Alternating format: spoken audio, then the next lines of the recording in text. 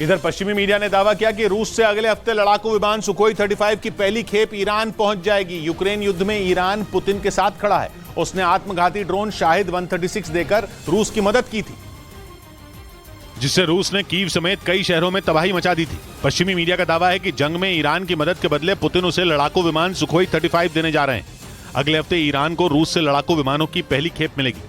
Sukhoi 35 fighter jet चौथी पीढ़ी का लड़ाकू विमान है जो दुश्मन को पलक झपकते ही ढेर करने की ताकत रखता है। अगर पश्चिमी मीडिया के इस दावे में जरा भी सच्चाई है तो ये इजराइल के लिए बुरी खबर है, क्योंकि वो ये नहीं चाहता है कि ईरान परमाणु ताकत हासिल करे, जबकि ईरान किसी भी कीमत पर एटम बम बनाने पर अड़ा है। इसी वजह से इजराइल ईरान पर हमले की कई बार धमकी भी दे चुका है, लेकिन इस विमान के मिलने के बाद ईरान पर हमला करना इजराइल के लिए आसान नहीं रह जाएगा।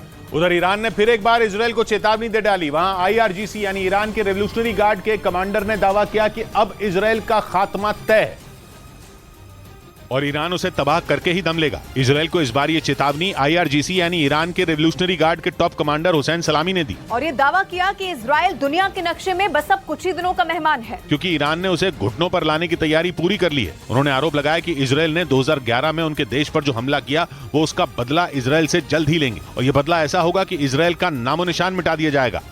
इस बीच ईरान की मीडिया ने दावा किया कि रूस के उप प्रधानमंत्री अलेक्जेंडर नोवाक कुछ ही घंटों बाद ईरान पहुंच जाएंगे, जहां वो ईरान के तेल मंत्री से मुलाकात कर सकते हैं।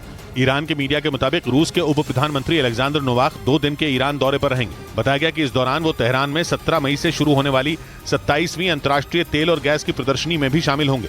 असल में यूक्रेन जंग शुरू होने के बाद अमेरिका ने रूस और ईरान पर कड़े आर्थिक प्रतिबंध लगाए हैं। आरोप है कि इस जंग में ईरान रूस को हथियारों की मदद करता रहा है। यही वजह है कि अमेरिका और ईरान के बीच तनाव काफी बढ़ गया है। बताया जा रहा है कि इसीलिए अब ईरान और रूस अपनी दोस्ती को और ज्यादा मजबूत करना चाहते हैं। खबर है कि इसीलिए रूस के उप प्रधानमंत्री ईरान पहुंचेंगे।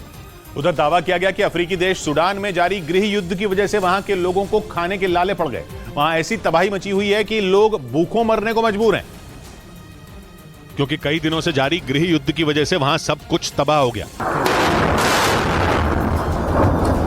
जिसके बाद वहां के लोग भूख और महंगाई से बेहाल हो गए। सूडान के लोगों का दावा है कि उनके यहाँ छिड़ी जंग हर गुजरते दिन के साथ और भयानक होती जा रही है, जिसकी कीमत उन्हें चुकानी पड़ रही है। बताया गया कि सूडान के कई इलाकों में तो भुखमरी की नौबत तक आ चुकी है। वहीं कई इलाके ऐसे भी हैं जहां कई दिनों से बिजली ठप है। यही वजह है कि वहां के लोग बहुत डरे हुए हैं और अपनी जान बचाने के लिए यहाँ वहां भाग रहे हैं। इधर दिल्ली के स्वरूप नगर इलाके से हैरान कर देने वाला एक वीडियो सामने आया। वहां मामूली विवाद में कुछ लड़कों ने मिलकर एक दुकानदार की चाकू गोद कर हत्या कर दी। बीच बाजार मर्डर की यह वारदात 2 दिन पहले की है, जिसका CCTV वीडियो अब सामने आया, जिसमें रात के वक्त सड़क किनारे मौजूद एक दुकान पर लड़कों का एक गुट हमला करता दिखा। कुछ लड़के दुकानदार से मारपीट करते नजर आए, जबकि कुछ उस दुकान पर पत्थर फेंकते दिखाई दिए। इसी दौरान हमलावरों ने दुकान का सारा सामान सड़क पर फेंक दिया। उन्हें रोकने के दौरान बदमाशों ने दुकानदार को चाकू से गोद डाला। बचाने आए एक आदमी को भी आरोपियों ने चाकू से हमला कर घायल कर दिया। बाद में दुकानदार को अस्पताल ले जाया गया, जहां उसकी मौत हो गई। मरने वाले की पहचान 40 साल के केशव के तौर पर हुई, जिसकी वहां मिठाई की दुकान थी। इस मामले में पुलिस ने 3 नाबालिग समेत 6 लोगों को गिरफ्तार कर लिया। इधर CBI की तरफ से दर्ज FIR के मुताबिक NCB के पूर्व अधिकारी समीर वानखेड़े ने आर्यन केस में शाहरुख खान से 25 करोड़ रुपए की रिश्वत मांगी थी। NCB की विजिलेंस टीम ने 11 मई को CBI को अपनी रिपोर्ट सौंपी थी, जिसके बाद 12 मई को CBI ने समीर वानखेड़े के खिलाफ FIR दर्ज की, जिसके मुताबिक समीर वानखेड़े के इशारे पर किरण गोसावी ने आर्यन केस में शाहरुख खान से 25 करोड़ की डिमांड की थी। आरोप है कि पैसे नहीं देने पर ड्रग्स केस में आर्यन को फंसाने की धमकी दी गई थी। CBI की FIR में यह भी आरोप लगाया गया कि 18 करोड़ रुपए में डील पक्की हुई थी और बाद में गोसावी ने टोकन मनी के तौर पर 50 लाख रुपए भी लिए थे। विजिलेंस टीम की रिपोर्ट के मुताबिक समीर वानखेड़े अपनी विदेश यात्रा, महंगी घड़ी और गाड़ियों के बारे में भी सही जानकारी नहीं दे पाए। बाद में रिपोर्ट के आधार पर CBI ने समीर वानखेड़े और दूसरे आरोपियों के खिलाफ केस दर्ज करने के साथ मुंबई, दिल्ली, लखनऊ और चेन्नई समेत 29 जगहों पर छापेमारी भी की थी। इस बीच चीन ने दावा किया कि जनवरी 2021 में ही अमेरिका और उसके बीच जंग छिड़ने वाली थी। ताइवान के मुद्दे पर पिछले साल अगस्त से ही दोनों देशों की सेना समंदर में एक दूसरे के सामने खड़ी है, क्योंकि चीन ताइवान को हड़पना चाहता है और अमेरिका उसके आगे ढाल बनकर खड़ा है। इसीलिए पश्चिमी मीडिया का दावा है कि दोनों के बीच कभी भी जंग छिड़ सकती है। लेकिन चीन का दावा है कि जनवरी 2021 में भी अमेरिका और उसके बीच जंग छिड़ने वाली थी। चीन का आरोप है कि 5 जनवरी को अमेरिका के लड़ाकू विमान हांगकांग से करीब 150 किलोमीटर दूर उसकी हवाई सीमा में घुस आए थे, जिसका पता चलते ही चीन की सेना ने उन्हें ढेर करने की तैयारी कर ली थी। बाकायदा अमेरिकी लड़ाकू विमानों को तबाह करने के लिए उसने लड़ाकू विमान भी उड़ा दिए थे। हालांकि बाद में चीन की समुद्री सीमा के पास अपनी एक पनडुब्बी को तबाह कर अमेरिकी विमान वहां से लौट गए थे। इधर मध्य प्रदेश के उज्जैन में बीच सड़क पर मारपीट करने वाले कुछ लड़कों की पुलिस ने तलाश तेज कर दी। पुलिस को मारपीट का एक वीडियो भी मिल गया, जिसमें वो लड़के बीच सड़क पर एक दूसरे पर हमले करते नजर आए। लेकिन तभी उनमें एक लड़के ने वहीं पास में पड़ी एक ईंट से दूसरे लड़के के सिर पर हमला कर दिया, जिससे वो तुरंत वहीं जमीन पर गिर गया। हालांकि राहत की बात यह रही कि उसे ज्यादा चोटें नहीं आई और वो कुछ ही देर बाद उठ खड़ा हुआ। सीसीटीवी वीडियो सामने आने के बाद पुलिस ने एक आरोपी लड़के को गिरफ्तार भी कर लिया। आपस में भी छोटी सी बात की हफ्ता हुई थी और लड़ झगड़ के वापस चले गए। पुलिस अब मारपीट करने वाले बाकी लड़कों की तलाश में जुट गई। इस बीच उत्तर प्रदेश के मेरठ में रणजी क्रिकेट खिलाड़ियों के साथ बदसलूकी के आरोपी 2 पुलिस कर्मियों को सस्पेंड कर दिया गया, क्योंकि आरोप है कि उन्होंने उन खिलाड़ियों से मारपीट करने की भी कोशिश की। इतना ही नहीं, आरोप है कि पुलिस उन्हें जबरदस्ती थाने भी ले गई। लेकिन जैसे ही इसकी जानकारी एसएसपी रोहित सजवान को मिली, दोनों आरोपी पुलिसकर्मियों को सस्पेंड कर दिया गया। इनके ऊपर विभागीय जांच संस्थित कर दी गई। पुलिस के मुताबिक रणजी क्रिकेट खिलाड़ियों और दोनों पुलिसकर्मियों के बीच गाड़ी की पार्किंग को लेकर बहस हुई थी, लेकिन आरोप है कि इस दौरान उन्होंने खिलाड़ियों से बदसलूकी की।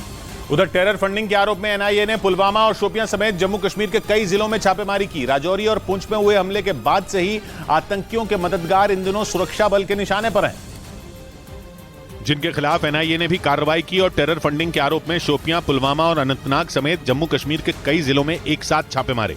इसके साथ ही एनआईए ने आतंकी संगठन लश्कर-ए-तैयबा से जुड़े एक आतंकी के खिलाफ कोर्ट में सप्लीमेंट्री चार्जशीट भी दाखिल कर दी। आरोप है कि उसने आतंकी गतिविधियों को अंजाम देने के लिए कई संगठनों तक हथियारों की खेप पहुंचाई थी। इसके अलावा आतंकियों के मददगारों पर भी एनआईए ने शिकंजा कसा। हाल ही में राजौरी और पुंछ में हुए हमलों के बाद सेना ने ऑपरेशन त्रिनेत्र चलाकर आतंकियों के कई मददगारों को गिरफ्तार कर लिया था। इधर खुफिया सूत्रों के हवाले से खबर है कि जम्मू कश्मीर में धार्मिक कट्टरता फैलाने के लिए आतंकी सोशल मीडिया का इस्तेमाल कर रहे हैं। जम्मू कश्मीर के कई जिलों में एनआईए की छापामारी के दौरान ये जानकारी सामने आई, जिसके मुताबिक जम्मू कश्मीर में मददगारों पर आतंकी संगठनों का खास जोर है, ताकि उनके जरिए एक बार फिर आतंकियों को सक्रिय किया जा सके। खुफिया सूत्रों के हवाले से खबर है कि कई पुराने आतंकी संगठन नए नाम से ऑपरेट कर रहे हैं। यही नहीं, सोशल मीडिया के जरिए युवाओं को बरगलाने की भी कोशिश की जा रही है। खबर है कि करीब 150 ट्विटर अकाउंट एनआईए की जांच में घेरे में आए हैं। इन ट्विटर अकाउंट के जरिए युवाओं को आतंकी संगठनों से जोड़ने की मुहिम चलाई जा रही थी। सूत्रों के हवाले से यह भी खबर है कि आतंकियों को छिपकर बड़े धमाके करने की भी ट्रेनिंग दी जा रही थी। इस बीच अमेरिका पर कंगाल होने का खतरा मंडराने लगा। अमेरिकी राष्ट्रपति बाइडेन ने आशंका जताई कि अगर अमेरिका वक्त पर कर्ज की रकम नहीं लौटा पाया तो वो बहुत बड़े आर्थिक संकट में फंस जाएगा, जिसका असर दुनिया के सभी देशों पर पड़ेगा। अमेरिकी वित्त मंत्री के मुताबिक उनके देश पर इस वक्त 30 लाख करोड़ डॉलर यानी भारतीय रुपयों में करीब 2,500 लाख करोड़ रुपए का कर्ज है, जो अगर उसने ना चुकाया तो सारी दुनिया मंदी का शिकार हो सकती है। हालांकि बाइडेन ने आरोप लगाया कि वो इस समस्या को हल करने की कोशिश में लगे हैं, लेकिन उनकी विरोधी यानी रिपब्लिकन पार्टी की वजह से अमेरिका का ये संकट हल होने का नाम ही नहीं ले रहा। यही वजह है कि दुनिया के तमाम देशों पर आर्थिक मंदी का खतरा मंडराने लगा है। उधर रूस की सेना ने एक वीडियो जारी किया, जिसमें उसके शक्तिशाली T-90 टैंक यूक्रेन की सेना पर ताबड़तोड़ गोले बरसाते नजर आए।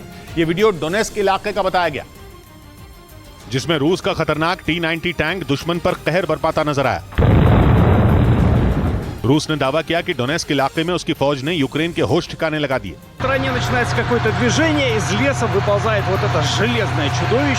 रूस के मुताबिक उसके इन हमलों से यूक्रेन के कई ठिकाने तबाह हो गए, जिनमें मौजूद गोला बारूद के बर्बाद हो जाने की वजह से उसे काफी नुकसान भी उठाना पड़ा।